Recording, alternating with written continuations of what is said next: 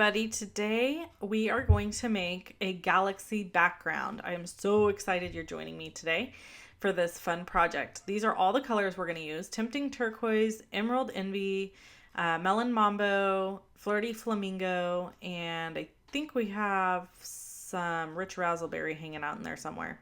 Okay, so I'm going to grab, I realized quickly, oops, I don't want to use that as Peekaboo Peach. So I'm squeezing some ink to the pad part of all of these ink pads. And I did a video last week on how to do that and how to use an aqua painter. And so this is just kind of an extension of that, but actually making a background with it. And I'm using my aqua painter and I'm just going to start painting in these colors all over the place in different areas. I try to use a circular motion when I'm doing this because it just seems to work out better. I want to give full absolute credit to Christina Warner because she is the person who I've watched her videos and learned how to do this. She is really phenomenal with creating a galaxy background and she just does a great job. So I've had a good time watching her and I've wanted to try this for a long time and it ended up turning out fabulous. So these are all just Stampin' Up! Inks that you can purchase in my online store. And I'm simply dipping the aqua painter with a little bit of water on it into the pad into the palette where I've squeezed ink. And then I'm just going around and I'm adding different colors of ink. So I've got some Rich Razzleberry here that I'm adding now, and I've already put down my Emerald Envy and my Melon Mambo. And I try to be careful not to mix some of these colors too much because you'll end up with that muddy brown color. Especially like if you mix like green and purple together, they're going to kind of get ooky. So I'm trying to just kind of, add the color, but not mix it together. So, this is a super simple technique. And now as I'm doing this technique, you're probably thinking this is hideous. It's not a very pretty start, and it's going to get worse. I mean, it gets really bad before it comes to a finish, and you really start thinking like, I'm doing this wrong. This cannot be right. This is a mess, and it's ugly, and this just simply cannot be how to do this, but I promise you it is. So pick some colors that you think would be fun in a galaxy and start painting them on together. Depending on the type of galaxy you wanted to create, I guess you could do like a red and orange and yellow as your base. I decided I needed to add a little bit more pigment in some of these areas just so it was a little bit darker. And so that's what I did. I just went through and started adding a little more pigment. And then after I do that, I need to just close up all the ink pads and get them out of the way. Now, I wanted to tell you on this video, I don't show you the assembly of the card. All I'm showing you here is simply how to create the galaxy background. And then what you do with that background is totally up to you. There's a million different options.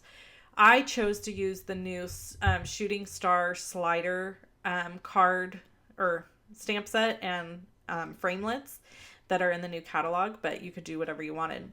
I'm using Kuretake black watercolor to go over the top of this because I don't have a dye-based ink pad. All I had is archival ink pads, and that kind of ink would not work for what I'm doing.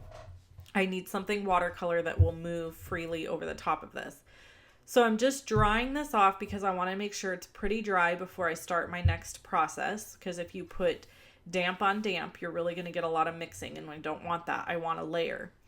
So I have my Zig Kuretake watercolor sitting right next to me, and I'm just dipping right into the black pigment and picking it up and starting to cover up my galaxy. I'm trying to use that circular motion again because circular seems to be the best for a galaxy background. And as you can see, you're probably thinking like, this looks disgusting and a hot mess. Because it does look like a hot mess until it's not one. So I'm just continuing to add black over the top, and you pretty much want to cover what you've done. I mean, You want to leave a little bit of sneak peek areas, but for the most part, you want to cover up your color. Now you can see here where some of my black is darker and some of it's lighter. And that's because if I put more water into the brush, then it's going to lighten up that pigment and allow more of that color to shine through. If I use heavier pigment, it's going to cover up the color underneath and take it away. So what I did there is I just took my paper towel and dabbed it on the top and soaked up any of the extra ink that was hanging around. And now what I'm doing is I'm squeezing some water into my hand to make sure there's lots of water at the end of this brush. And I'm flicking water onto the surface of this card. And what that will do is it'll start to create blooms in that black paint that I've just put down, and it'll push that black paint out and away from the color underneath. It essentially lifts some of the color up out of the black. Now I noticed I felt like it needed a little bit more black, so I went back in with my pigment, my black ink, and I added some more, or I should say watercolor, and added some more black because you really don't want too much color showing. I mean, it's supposed to really kind of be like it's peeking through, right? So that's what I did. And then I went ahead and I added a little more water by spritzing in order to lift that up. All right, so now I have my Zig white watercolor here. And so I'm going to dry this just a little bit, and then I'm going to add some splatters of white Zig paint. Now this is where your galaxy starts to take shape. Right now you just kind of have this muddy mess, and if you left it like this, people might not know for sure if this was a galaxy. In my head it looks like a galaxy because that I know what I'm making, but you may not know if you didn't know what it was, right? So I'm going to pick up some of this white watercolor, and I'm getting my brush really saturated, loading it heavily, and then I'm going to use my finger and tap dots all over the top of this background. And you can see now you're starting to really feel like it's a galaxy because you have all these white splatters everywhere. Then I had a little bit of this silver. It was just like this silver paint that actually was drying up. I kind of ended up making a mess with it, but I went around and I just added some little silver dots. It's an old paint, so I ended up throwing it away right after this video because it just didn't work as well as I wanted it to.